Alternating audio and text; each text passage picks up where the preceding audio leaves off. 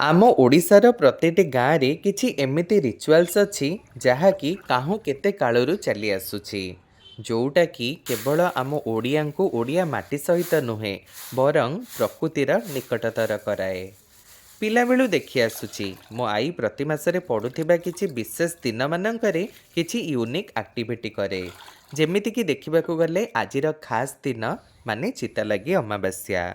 ଏଇ ଚିତାଲାଗି ଅମାବାସ୍ୟାରେ ମୋ ଆଈ କହେ କି ମା' ମାନେ ହାଣ୍ଡିଶାଳରେ ଚିତଉ ପିଠା ବନାନ୍ତି ଆଉ ଗଡ଼ିଆ ପୋଖରୀ ଧାନ ବିଲରେ ଥିବା ଗେଣ୍ଡା କୋଚିଆକୁ ଖାଇବାକୁ ଦିଅନ୍ତି, ମାନେ ଗୋଟେ ଛୋଟ ଲାଞ୍ଚ ସ୍ୱରୂପ। ଯାହା ପ୍ରତିବଦଳରେ ଏହି ଗେଣ୍ଡା ଆମ ଚାଷୀ ଭାଇ ଭଉଣୀଙ୍କ ପାଦକୁ କାଟିବନି ଓ ସୁରୁଖୁରୁରେ ଚାଷ ଫସଲ କାମ କରିଚାଲିବେ, ଯାହାକି ଗୋଟେ ମଣିଷ ସମାଜର ପ୍ରକୃତି ସହ ଥିବା ନିବିଡ଼ ସମ୍ପର୍କକୁ ଦର୍ଶାଏ। ଆଉ ଏଇ ମଉକାରେ ଆମକୁ ଟିକେ ଚିତଉ ପିଠା ଖାଇବାକୁ ମିଳିଯାଏ।